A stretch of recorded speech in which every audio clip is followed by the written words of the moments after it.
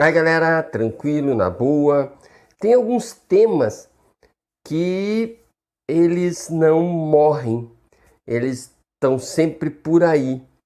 E um deles eu posso apontar é o tema A Banalidade do Mal. Eu já falei algumas vezes que é um conceito elaborado, ou uma concepção elaborada por Hannah Arendt, mais ou menos lá em 1962, quando Eichmann foi julgado. Quem era Eichmann? Era uma pessoa responsável por dar as condições técnicas para que os judeus fossem levados ao extermínio. Era ele que organizava o transporte, enfim, todas as condições para que as pessoas sejam sempre em maior número e com maior eficiência levados para o seu extermínio. Imaginem a monstruosidade, em tese, que esse cidadão traria em si, né? Proporcionar a morte e sempre em maior número de pessoas.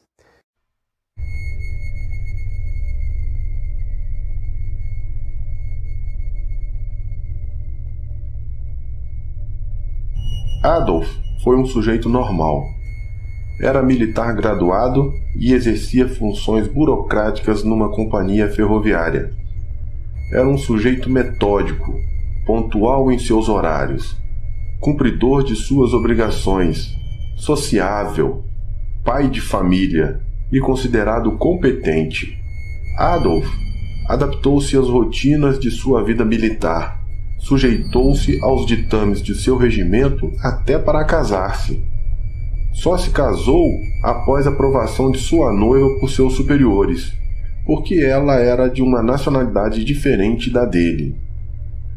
Como qualquer outro funcionário carreirista, Adolf literalmente não via limites para crescer em sua atividade, até mesmo conduzir 6 milhões de judeus à morte em seus vagões lotados.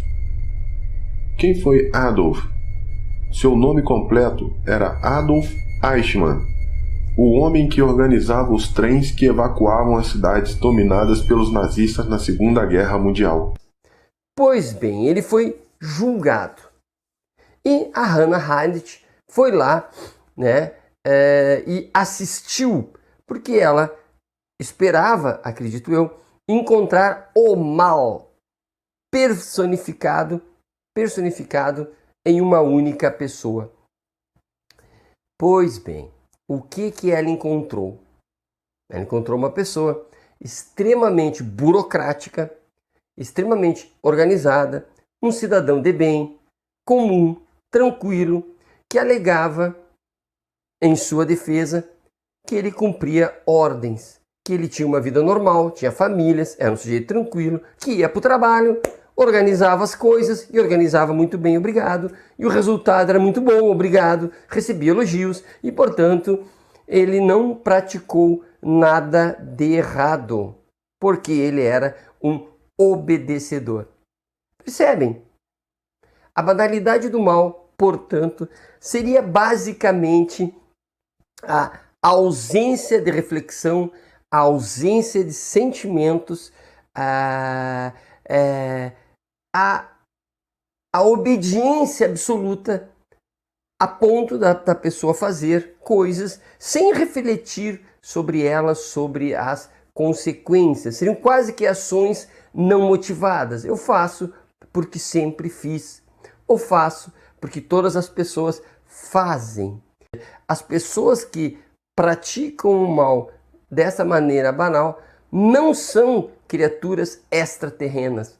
Aquele que faz o trabalho escravo, que organiza, aquele que trabalha com pornografia infantil, aquele que faz a coisa mais abjeta que possamos imaginar, não é alguém de outro mundo, não é um extraterrestre, não é uma entidade vinda do inferno, que não tenha nada a ver comigo. Aquele sujeito mau, ele não é um não eu, Ele não é um absolutamente outro. Ele sou eu, porque ele é um humano e ele realiza essas atividades indignas e nada sente ao realizá-las. E não é um psicopata. Ao contrário, é um cidadão organizado, um cidadão que leva uma vida muitas vezes normal. Então a crítica absurda, a crítica forte que a Hannah Arendt faz justamente é esse apontamento para nós, que agimos há muito tempo da mesma forma e nos tornamos banais. E aí, lá de vez em quando, né, a mídia estoura trazendo a notícia de alguém que tinha uma vida comum e que foi descoberto que lá escondido ele era um monstro, né? Um monstro, como se a sociedade, pela sua rotina, pelos seus conceitos repetitivos, não fosse produzindo a falta de sentimentos, né? A ponto de fazermos coisas que a reflexão apontaria como coisas absolutamente equivocadas. Exemplo, agora falando e já cruzou na minha cabeça, quando todos os dias eu passo por um cidadão morrendo de fome embaixo da ponte e eu absolutamente nada sinto. Veja, eu estou deixando um ser humano morrer de fome. Sob meus olhos passa aquela pessoa que irá morrer e eu a deixarei morrer. E nada sinto, porque eu sou um cidadão civilizado, polido, organizado, tenho horário para cumprir, tenho tarefas, tenho uma quantidade de horas para isso e, portanto, eu não vejo, eu não percebo, apesar de ver e apesar de passar pelos meus sentidos, aquela pessoa, eu não a percebo. When the New Yorker sent me to report on the trial of Adolf Eichmann, I assumed that the courtroom had only one interest: to fulfill the demands of justice. This was not a simple task, because the court that tried Eichmann was confronted with a crime it could not find in the law books, and the criminal whose like was unknown in any court prior to the Nuremberg trials. But still, the court had to define Eichmann as a man on trial for his deeds. There was no system on trial, no history, no ism, not even anti-Semitism, but only a person. The trouble with a Nazi criminal like Eichmann was that he insisted on renouncing all personal qualities, as if there was nobody left to be either punished or forgiven. He protested time and again, contrary to the prosecution's assertions, that he had never done anything out of his own initiative, that he had no intentions whatsoever, good or bad, that he had only obeyed orders. This typical Nazi plea makes it clear that the greatest evil in the world is the evil committed by nobodies. Evil committed by men without motive, without convictions, without wicked hearts or demonic wills, by human beings who refuse to be persons. And it is this phenomenon that I have called the banality of evil. Posso fazer uma relação com os cães do Pavlov. Pavlov era um cientista que trabalhava com o comportamento animal. Então, reduzindo, ele fez o seguinte experimento: ele pegava um cachorrinho, cães, né? E toda vez que ele ia dar, por exemplo, comida para o cachorro, ele tocava uma campainha, uma sineta. E assim por muito tempo. Comia, tocava sineta, comia, tocava sineta. Certo dia, ele não deu a comida e tocou a sineta. O que ele observou? Que o cão salivava e mordiscava no ar assim, como se tivesse comida. Ou seja, o comportamento associado ao som fazia com que aquele cão reproduzisse todas as suas ações como se estivesse comendo. Ou seja, né, o comportamento dele foi, entre aspas, viciado a tal ponto que ele tinha que repetir aquele comportamento sempre que ouvia a campainha. Quem tem bichinho em casa sabe que ele se acostuma, a gente diz, né? Só faz xixi naquele canto, só faz tal coisa em tal situação. Mesmo que isso seja um mal, seja ruim para o bichinho, ele acaba se acostumando e faz. O que eu posso dizer do ser humano? O porquê da banalidade do mal? Tantas vezes eu passo todos os dias e com a mesma frequência e com a mesma velocidade na frente daquele indivíduo que está morrendo de fome, que não pode mudar o meu comportamento. Eu vou continuar fazendo e eu não vou vê-lo. Percebe? Então, qual é o salto que eu quero dar? Né? Eu quero dizer o seguinte: quando eu vejo as notícias da pandemia, as pessoas morrendo e outras tantas andando sem máscaras, porque nada vai acontecer, né? Quando eu vejo a violência contra homossexuais e nós nada sentimos, ou pior, quando nós concordamos quase que por hábito, quando nós rimos daquela piada que judia de alguém e não sentimos. Percebe como a nossa rotina mental pode ser um mal banal? Eu posso estar fazendo o mal, falando mal do meu vizinho, por hábito, sem refletir o mal que isso pode causar para ele? Percebe que quando eu ando sem máscara, pensando que eu tenho saúde, eu estou banalizando a ideia que eu nem tenho, não passa na minha cabeça, que eu vou portar esse vírus e vou levar para outra pessoa inocente? Que quando eu apoio a tortura, quando eu apoio com um sorriso, ou quando eu ignoro algo feito errado no meu serviço, eu sou um praticante do mal sem sentido, o mal por banalidade, porque isso já não me atinge mais, como Eichmann em Jerusalém, que apenas cumpria as suas atividades, mesmo que milhões, milhares, não sei quantas pessoas que ele matou. E nós?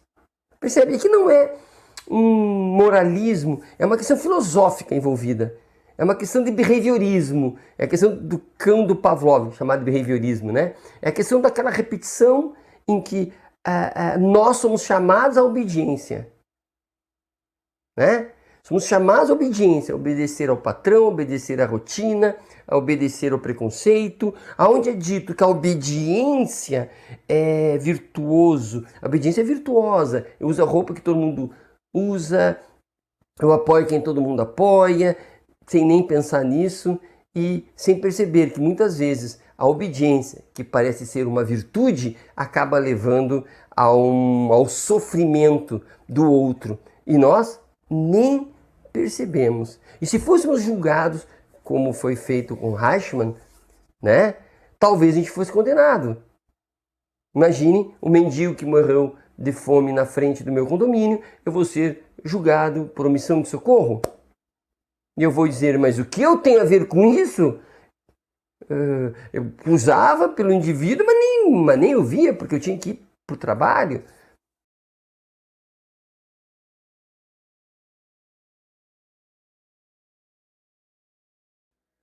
A questão que fica, e que eu não tenho a resposta: